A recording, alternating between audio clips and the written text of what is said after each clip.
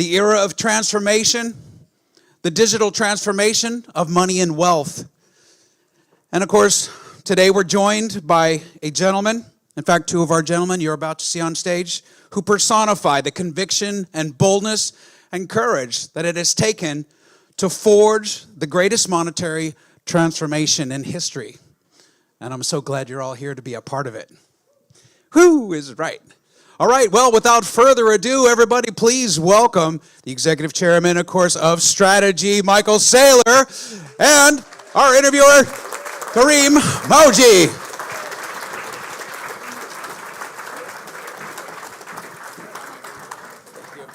You guys are wired up? We're all set. Have fun, thanks, Jack. Welcome, Michael. Here we are. A lot of orange in the room. We appreciate that. It's the orange state, orange room. So, Michael, you've said we're living through the greatest monetary transformation in history. What precisely is changing in global finance?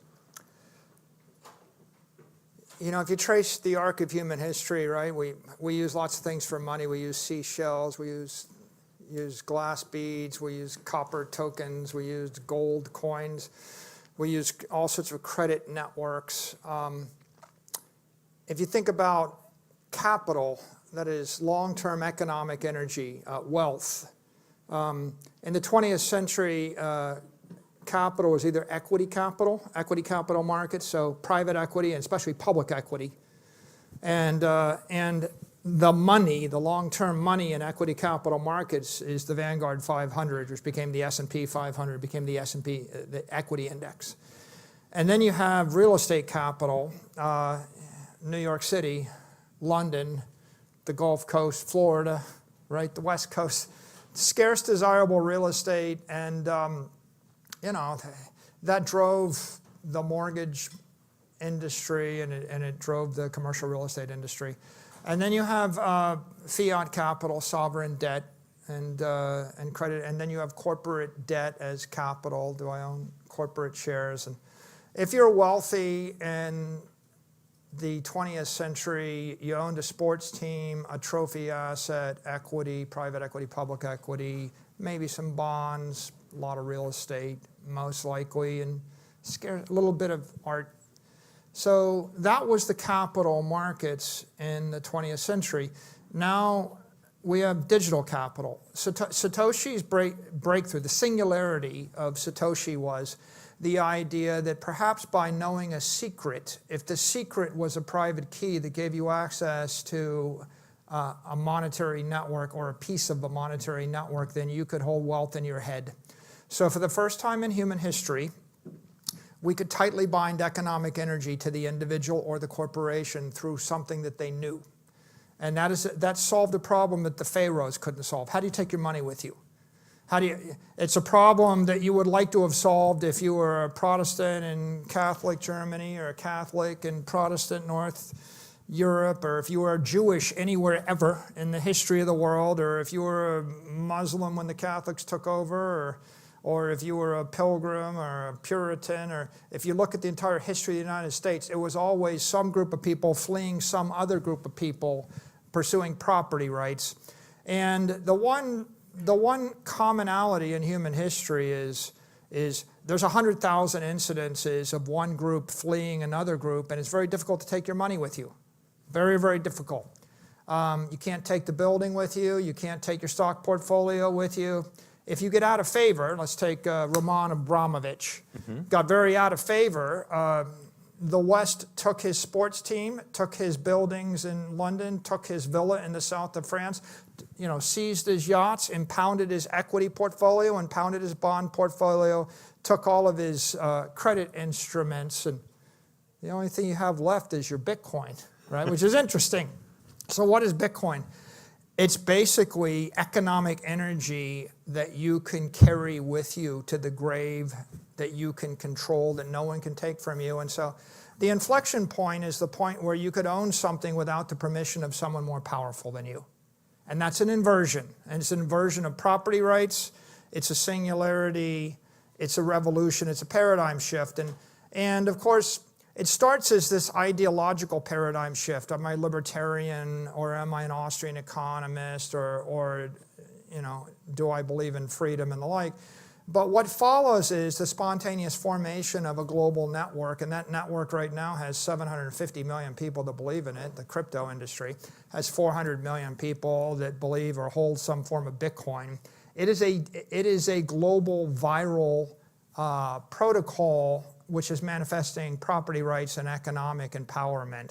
So the digital transformation of money wouldn't be possible without the creation of digital property or digital energy. That is something conservative in cyberspace, that if I send you $1 billion of Bitcoin by transferring a cryptographic approval to you, I lose it, you have it.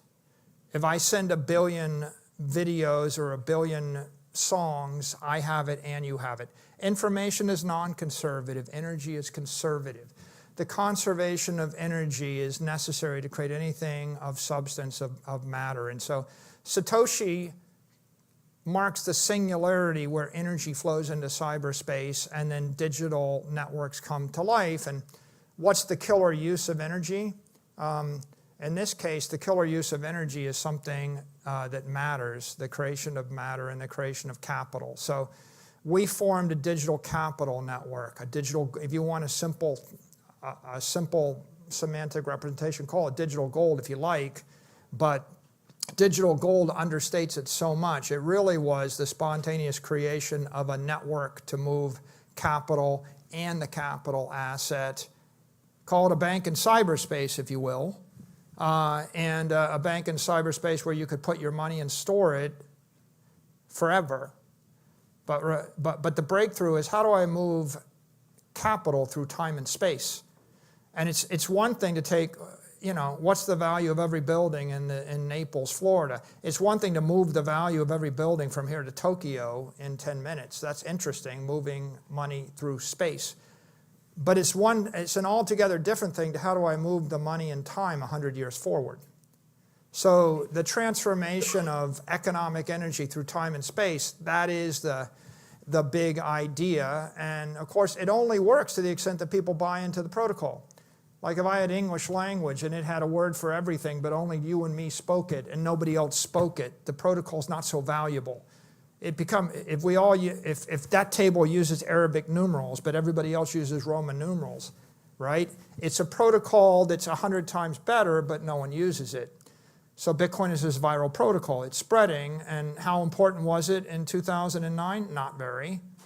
How important was it when I got involved 5 years ago? It was like a $150 billion network. How important is it today? It's a $2.5 trillion network. How important will it be in time? Well, when it's 25 trillion or 250 trillion, all of a sudden it starts to be very meaningful. So I think we're very fortunate. We're living in a time where we have created digital capital. And now, what do you call it? Well, some people think of it as digital money. It's not money like a medium of exchange. It's money like a store of value. It's long-term capital. Some people call it digital capital. It's a long-term store of value. But the network itself is a digital network. You can move it around. And what's most interesting to me, I think, is in the last 12 months, we're like, what's the date? November 6th? November 6th. 1 year anniversary from the red sweep. So 1 year ago, there was a red sweep, and one of the things that got settled was, is Bitcoin a digital commodity? Yes. Is it digital gold? Yes. Is it digital capital? Yes. Will the banking system of the entire world embrace it? Yes. All of those things were settled a year ago today with the red sweep. You now have the Secretary of Treasury, Scott Bessent, last Friday, tweeted Bitcoin's been running uninterrupted for 17 years. Right? That's the Secretary of Treasury. 4 years ago, people said, basically we went through this evolution. Bitcoin is tulip bulbs, it's a scam, it's a criminal enterprise. That was the hyper haters. And then we got to the, well, I admit it's better than gold, it's better than everything else, but it's too good to be true, so the government's going to take it away from you. Right? We lived through that stage from 2020 to 2024. It's like, well, I get it, but the government's going to take it away from you because it threatens the establishment. It threatens the dollar, it threatens the banks, it threatens the United States. And that got settled a year ago, and what's happened in the last 12 months is the President of the United States said, we're going to be the Bitcoin superpower, we're going to be the crypto capital of the world. Secretary of Treasury says, we're not taking away from you. In fact, it's good for the dollar, it's good for the United States, it's good for the world. Not only are we not taking it away, we want to be the leaders and we want to own it. So I think this is a very exciting year because at this point, you can see the market spoken. You've got $2.5 trillion of economic energy in this thing. You can see that the political sentiment has shifted, the Overton window has shifted, and now we're not at the end of Satoshi's experiment. We're in the first year of institutional adoption of digital capital and everything that flows from digital capital. So we've talked a lot about portability, store of value, ability to actually transfer wealth. What would you say is the opportunity for wealth creation associated with this? Yeah, that's very exciting. I think, so first of all, we'll just take some simple numbers, right? Like Bitcoin's been going up 50% a year for the past 5 years, 80% a year for the past 8 years. I anticipate it will appreciate about 30% a year for the next 20 years. So you want a simple number in your head. In US dollar terms, 30% ARR for the next 20 years. When you get to the out 20 years, probably you're 20% a year. So the terminal velocity of this thing is 20% ARR, 20 vol type asset. Think in that terms.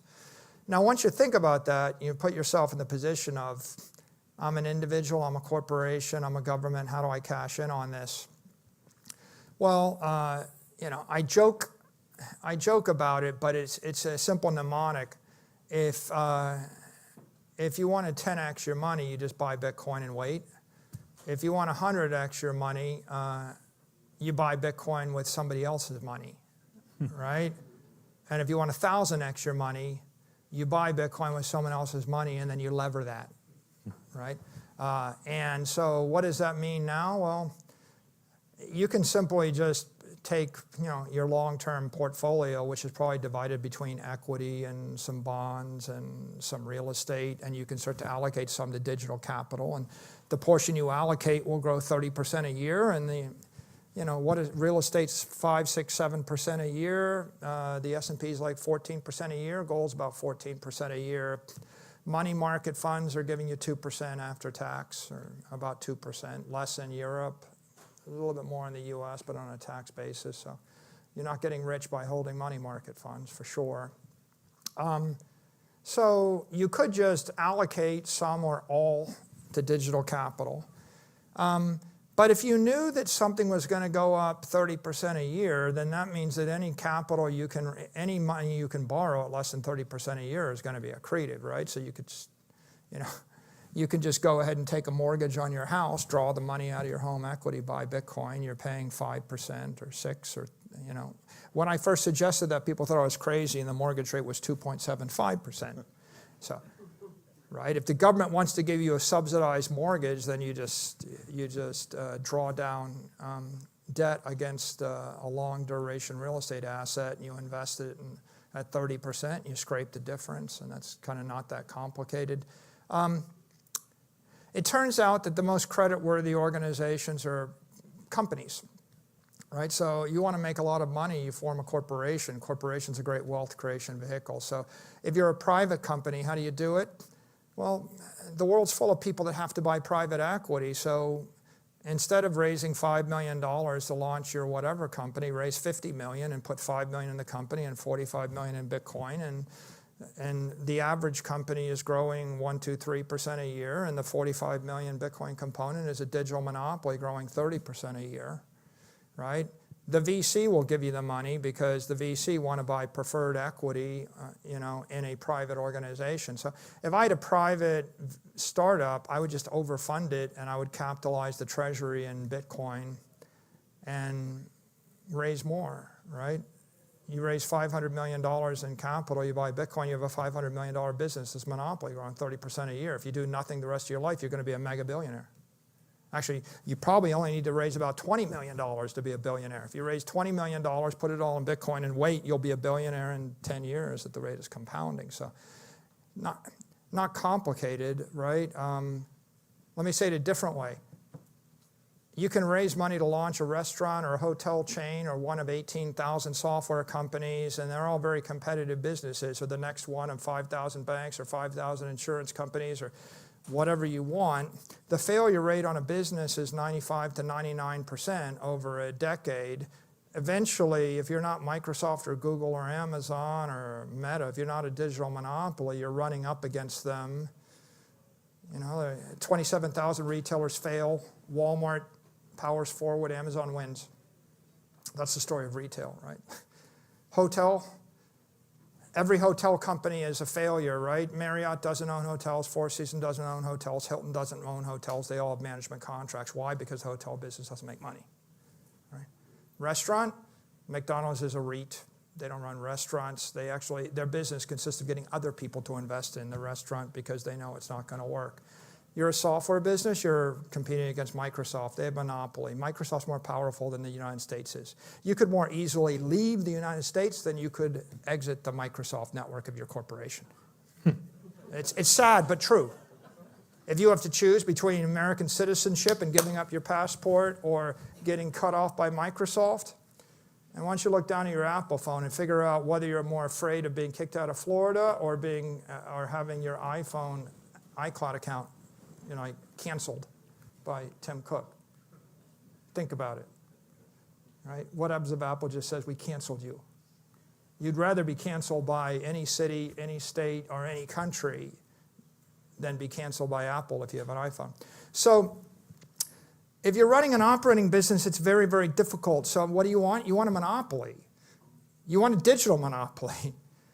Okay, Bitcoin is a digital monopoly. It's a digital monopoly on money. It's the most powerful digital monopoly. So anytime you buy Bitcoin, you are merging your company with the digital monopoly growing 30% a year, unstoppable, that's global, right, with no attack surface. So if I'm a private company and I'm small, I want to raise venture capital, capitalize on Bitcoin, and then bolt it to the balance sheet. If I'm a big private company, I want to sweep my cash flows into Bitcoin because your big private company is growing 0 to 5% a year and Bitcoin's growing 30% a year. It's not complicated. You can either take all your cash. By the way, what do companies do with money? They give it away. They give it back to the shareholders. Right? You can give your cash away via stock buyback. You can pay a dividend. Or you can put it in a money market instrument that yields 2%. Or you can invest it at 30% plus, tax deferred forever. Which of those makes the most sense? Corporate finance, and this applies to public and private companies. The conventional corporate finance theory for the last 50 years is, I want to run on minimal working capital. I want to buy back my stock, lever up, probably pay dividends, and if I have excess capital, I put it in treasury bills, short-dated ones, between 0 and 3 years out. I don't want to gamble the corporate money on equities. I don't want to buy long bonds, etc. I want to run working capital light. And if I do borrow money, I want to borrow the minimum amount. So that's corporate finance. And what does every big bank do? Every big successful bank, they beat earnings estimates, they raise their dividend, and they announce a bigger buyback. Everyone. Citi, JP Morgan, B of A, etc. What does every big tech company do? They beat earnings, they raise their buyback, they announce a dividend. Huh? Every well-run company in the United States is in the business of surrendering capital. Think about it. Here's my suggestion for your family. You have a lot of money, and you have it in stocks, and they go up and they down, and it's volatile. So why don't you just give all your money away to charity and have nothing, and your family net worth will not be volatile anymore. You see how stupid that is? It's literally the most moronic suggestion. Give all your money away and your family's net worth will not be volatile anymore. That's what companies do.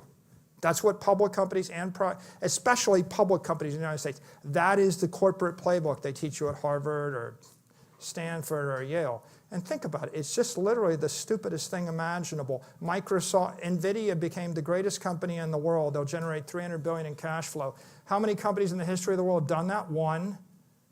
How many companies are there today? 400 million. You're the most successful company out of 400 million companies. You generate $250 billion in cash flow in 3 years. And what is your finance strategy?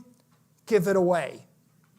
So what? So you just won the lottery, 1 out of 400 million, and you're going to give away the winnings, and then you're going to roll the dice again, hoping that you're again the 1 out of 400 million. Now you got to ask the question, why is Xerox gone? Why is Kodak gone? Why is Intel in trouble? The company I worked for when I started my career was DuPont, right?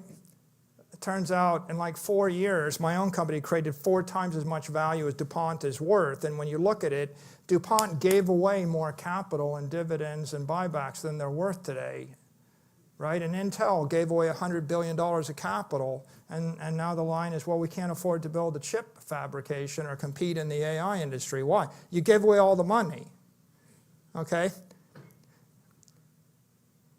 Corporations are like type 2 diabetics. Sorry, type 1 diabetics. A type 1 diabetic is someone that cannot form fat cells, so you can eat yourself to death. And a corporation that surrenders its capital via dividends and buybacks as fast as it can becomes a Toys R Us, becomes one of the 19,000 bankrupt companies that are roadkill on the information superhighway. They cannot store economic energy. What is your life expectancy if you cannot store energy, right? It's weeks, months. The reason the companies last 10 years or 15 years on average, it's not because they're defective ideas. It's because they don't have any capital. They decapitalize as a process. So how do you make money? Well, if you want to make money, I'd say first you start a company. It's obvious. Second, you raise, remember I said buy Bitcoin with somebody else's money, raise capital, raise venture capital, equity capital, private equity. You have something that's, you have 20 million in cash flows. Well, go to a bank, get a $100 million loan, buy 100 million of Bitcoin, let it appreciate 30% tax deferred. You'll have $10 billion of capital by leveraging the 20 million of cash flows, right? Or you can just take the 20 million in cash flows and give it away as dividends, and you have nothing in 10 years. Or you can invest it in money markets, and the money is losing 7 to 10% of its value a year, and you're getting 2-3%, so you're like minus 5% at best. The cost of capital is 14%. That's the S&P index. So if you're not accreting capital faster than 14% a year, you're getting poorer. You're not getting richer in real wealth terms. And you can judge that, you know, an acre of land in Miami Beach was $10,000 in 1930. It's $10 million today. That's, someone's telling you, right, 2% is enough. It's not enough, right? I mean, think about 10,000 to 1,000x more expensive in 90 years, right? That's 7% a year, by the way, 7-8% a year, so that works out. So I think if you want to make money, right, as a corporation, if you're private, you find a way to raise capital and you buy digital capital with it, and as long as you're paying less than, if you're paying 10% or less and investing it at 30%, you're capturing the 20% spread. It becomes a finance exercise of how much capital can you raise and under what terms. By the way, good capital, equity, you know, equity is forever money. Preferred equity that has a dividend is Macaulay duration of 10 to 20 years. That's 10 to 20 year money. Debt that comes due in 5 years is 5-year money. A margin loan is 1 week money, 2 days, 3-day money. You go on a crypto exchange and you lever up 30 to 1. That's a flash loan. That's 3-minute money. Like you can literally be forced, you could have $1 billion of capital in the market and be forced liquidated in 3 minutes. So when you think about this, not all leverage is equal, right? Having the money for 20 years versus having the money for 20 minutes is different. A lot of crypto bros, they want to go and lever up 10 to 1, 20 to 1 and catch the dip and ride it up. And it's not the wrong idea. The problem is their capital is 10-minute capital. And it's very seductive because you can have $1 billion of capital if you want to get liquidated in 10 minutes. Having $1 billion of capital for the next 100 years is a little bit more difficult, right? It's more challenging. So I think you want a company,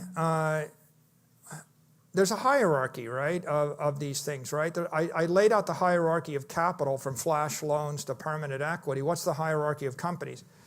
Family business, partnership, private, small private company, big private company, you know, small public company, mid-sized public company, big public company, right, in the U.S. capital market. And every single step up, right, you create a vehicle that can create more wealth. If you had a $500 million business holding slow real estate, I would say, well, bolt on $500 million of Bitcoin, wrap the thing together, take it all public, sell the equity, right? And now you've got a digital real estate business, right?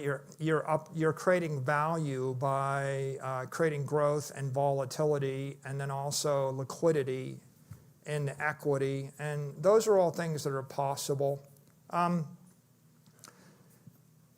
Maybe I should change subjects to maybe the most interesting new developments, right? Because Bitcoin is digital capital. I'm describing all the ways you can capitalize. You capitalize your private fund, your private company, your public company, et cetera, your endowment. You can capitalize with digital capital. It's going to outperform the S&P by a factor of 3, right? That's very simple. But the other things that are paradigm shifts right now are digital credit.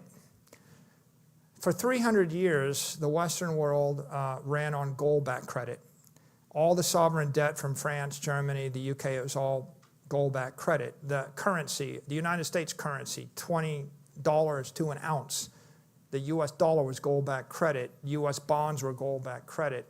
So that's the status for 300 years in the Western world. Now we're moving to a world of digital gold-backed credit, digital credit. So what does that mean? If I know that Bitcoin's going up 30% a year, I can sell you a credit instrument that gives you 10% dividend yield. I can over-collateralize at 5 to 1. I can strip 95%. A lot of people aren't sure whether Bitcoin's going down 10% in the next year, but the likelihood it's going down 90% in the next year statistically is 1/100th of that. I can strip 99% of the risk off the instrument by over-collateralizing it. I can hand you 10% of the yield. I can keep the other 20%. So you issued credit, which meets the need of a credit investor. And then you get the capital back. The credit is long duration. Like when we sell a credit instrument, we could sell $1 billion of a credit instrument. The creditors give us $1 billion. We give them back $100 million a year. We buy Bitcoin. It goes up 30%. We generate $300 million a year in operating income tax deferred. It compounds. We end up with $10 billion on the back end. You're looking 10 years out. We have $100 million of dividend obligation.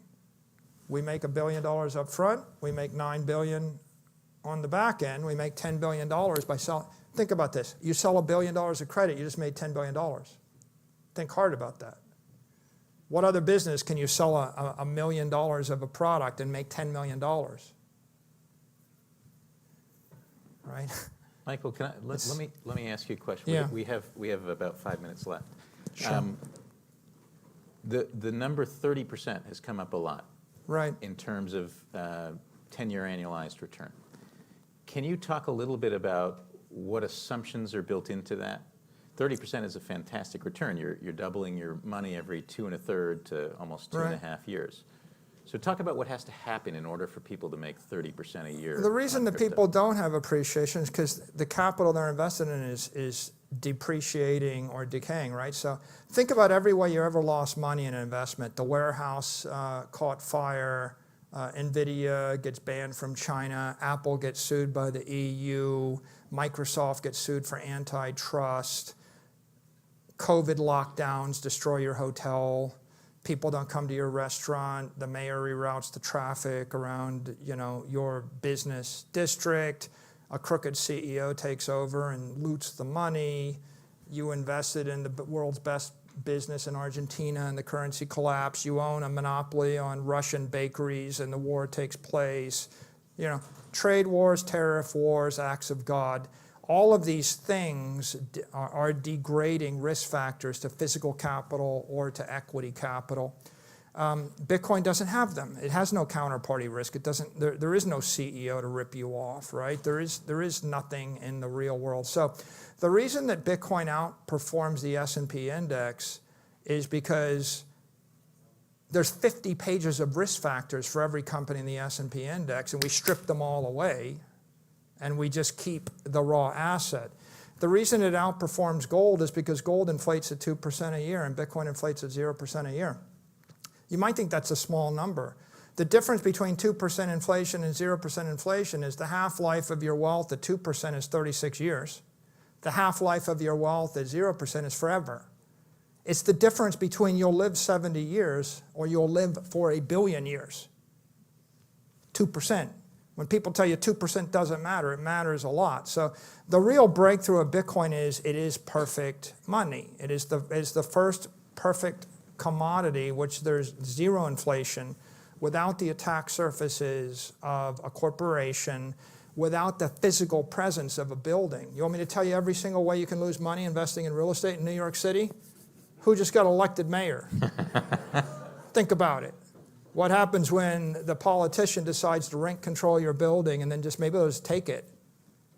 The nicest hotel in I think in Cannes was the brainchild of a great developer, and he managed to finish the hotel in 1913. In 1914, a war broke out. The French government seized the hotel, turned it into an army hospital.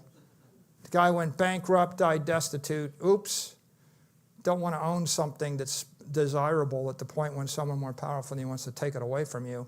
And that's pretty much the story of most things. So Bitcoin is all the good things about property without all the physical liabilities, all the good things about a monopoly. What do you like about Apple and Google? They're monopolies. What does the EU not like? They're monopolies. The EU, right? The point is the Chinese don't like that. You think the Chinese want an American monopoly operating in China? Right, so the problem with monopolies operated by human beings is you can subpoena them and you can arrest the CEO of the monopoly. And by the way, it's illegal, right? Monopolies are illegal, right?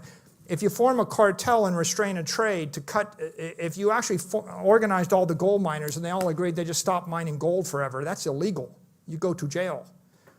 How do you actually create a scarce desirable asset on a global basis that's not illegal? You need to create a protocol, and you need to instantiate the protocol virally without a counterparty or a company involved. So Bitcoin just happens to be a perfect monetary protocol that was spawned by an immaculate conception, and as such, it's always going to outperform other capital assets because it has none of their defects. Right? It just, you've stripped away. The idea of Bitcoin is what? I want to own 1/21 millionth of all the money in the world forever. Okay, tell me the problem with that idea. You want to own 1/21 millionth of all the money in the world forever. When will that be obsolete? 10,000 years ago, people were murdering each other to own the money in the world. 10,000 years from now, they'll still want it. So, I'm on the iPhone 17 Pro Max, okay? The second best idea has gone through 37 different iterations, right? It obsolesces. But 1/21 millionth of all the money in the world forever?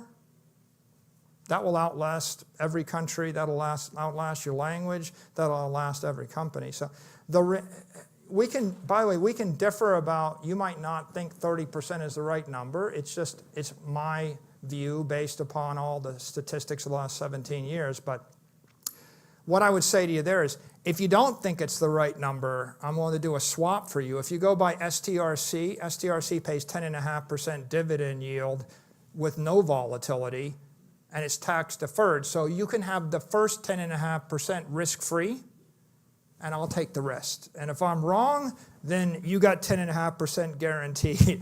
And if you actually believe me, then you shouldn't take that deal, right? But as a practical matter, if you don't need the money for the next 4 years, you should buy Bitcoin. If you're industrious, you could create a company to raise capital to buy 10x more or 100x more Bitcoin. But if you're skeptical, then you should just determine whether Bitcoin's going to zero tomorrow forever. If it is, don't buy Bitcoin, don't buy anything related to Bitcoin. But if you think, well, it's kind of volatile and I don't know whether it's going up 10% or 20% or 5% or going down or whatever, then you just ought to go buy STRC because that's digital credit. That's a guaranteed 10.5% dividend, tax deferred. That's a tax equivalent bank account of 20% if you're a New Yorker. Thank you, Michael. Right? And so that's the big idea. Thank you, Michael. Happy to take questions from the audience if you guys That's what I was have just any. going to ask. Do we have a microphone, Jack? Yes. We can probably hear everybody, but small room. Mine is very simple. Barbara? Any other crypto, is it Bitcoin or explain that? The way to think about the crypto industry is there are two sides to it. There's digital finance and there's digital capital. Digital capital means digital gold, long-term store of value. Okay, Bitcoin is one that. In order to have digital capital, you need a proof of work network that's energy intensive. Bitcoin is 99% dominant in that space. What's the killer use case of digital capital? Digital credit, right? Digital credit on top of digital capital, that will be a $100 trillion type side. There's another side of the industry, digital finance. That means moving stable coin, digital tokenized currency, tokenized security, tokenized bonds, tokenized real world assets, tokenized brands, Trump coin, meme coin, Katy Perry token, tokenized country club memberships, tokenized restaurant memberships, Joe Rogan coin, tokenized Apple stock. I mean, it's not all jokey. I mean, it's like $10 trillion of tokenized US currency. It's a serious industry. That business will be dominated by proof-of-stake networks. Ethereum, Solana, BNB are the big three, and there's a bunch of others that are competing. And the crypto exchanges, and that's in and of itself, there's $100 trillion of stuff to get tokenized. I don't know if there's $100 trillion of wealth that'll be created, but there'll be trillions of dollars of wealth created. When you're investing in that industry, you're a tech investor. There's some regulatory gray zone. When the market structure bill, the Clarity Act, gets passed either later this year or early next year, you will have bright lines as to what assets you can tokenize and what are the risks and then what are the opportunities. Right now it's in the gray zone. There's general political consensus that we should do it, that we want the United States to lead it, but it's really 100 different opportunities and they're all very competitive. And the question is, are we going to move $1 trillion of tokenized U.S. currency on the Solana network or on the BNB network or on some other network? And, so I can give you investment advice the same way if you would ask me, what about the 500 companies in the S&P? Who are the winners? Who are the losers? I'm like, that's very complicated. Spend 100 hours studying each company and form an investment thesis. And I would say in digital finance, it's the same thing. The reason I'm waxing philosophical about Bitcoin is not complicated, right? There's a winning language called the English language. There's a winning math protocol. It's Arabic numerals, 0, 1, 2, 3, 4, 5, 7, 8, 9. Right? There's a winner. There's a winning digital capital network. It's Bitcoin. There's a winning world reserve currency. It's the dollar. There's a winning superpower. It's the United States, right? There are certain winners. There's a winning metallic money. It's called gold. The gold standard. So it wasn't clear it was the winner 17 years ago, but after $1 trillion of votes and after hundreds of millions of people have decided, the smart money has decided that's the winner. Once you know there's a winner, like I'm telling you New York City is going to win and the year is 1750 and you have the chance to buy New York City at a higher price than anybody ever paid in the history of New York City, is it a good investment? And the answer is yeah. It's going to be a good investment every decade for the next 250 years, We'll see if it continues to be a good investment. All right, so we have. Let's we're go gonna one more question right over there. Actually, we're going to go two more questions. Ooh. Two more questions, and then we have to clear the room. So, and then after that, we have a reception open bar at the in the lobby behind us. Thanks. Okay. Hey, Michael, so much of Bitcoin's use as a store of value is currently driven by the halving mechanism to the block reward. A lot of the early talk in the Bitcoin Talk forums was imagining a world where there would be enough transaction volume so that miners would be competing less for the block reward and more for transaction fees. If and to the extent Bitcoin is and only is an immaculate store of value asset, at what point does that present some type of existential risk to Bitcoin mining activity on the network? Yeah, there is no existential risk to it. I think that's not something to worry about. The 4-year cycles were meaningful for the first 12 years. They became less meaningful, by the end of the 16th year. Right now, you're talking about a halving that's coming that will reduce the supply of Bitcoin by $25 million a day. Bitcoin's trading $60 billion a day. 25 million is not even a second order issue. It's a third order issue with liquidity. So the 4-year cycles have disappeared for all practical purposes because they're an order or 2 orders of magnitude less than the amount of capital in the market. With regard to the second point you make on security, the security of the network is because of mining. The hash rate of Bitcoin miners was about 100 exahash in 2020, and it dipped to 70 or 80 exahash in 2021 after the China lockdowns. It's 1,200 exahash today. It has increased by a factor of 10. The mining activity will continue to increase, and the hash rate is going to go up forever. And the reason it's going up forever is because the cost to mine, the hardware is getting exponentially cheaper.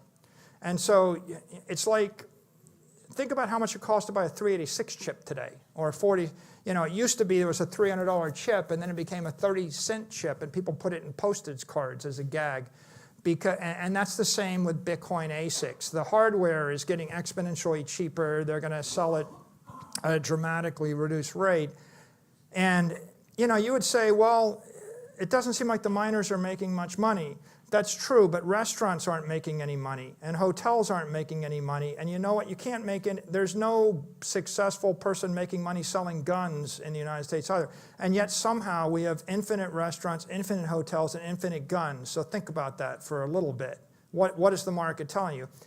The answer is people mine Bitcoin with stranded energy and stranded capital. And that means there's a lot of money in the world that is stranded and it wants to get unstranded. And the people in China, the Chinese were mining Bitcoin because they had Three Gorges Dam, which generates 10 gigawatts of free electricity. And it's like, I can either use it to mine Bitcoin and monetize it, or I cannot, but I'm stuck with dams and they're not moving, right? So the world's 30% of the energy in the world is stranded. It's excess, and the only place to sell it is the Bitcoin network. But on the other hand, if you're Chinese or Russian or Ukrainian or Iranian or North Korean or Cuban or Venezuelan right now, how do you actually get money, right?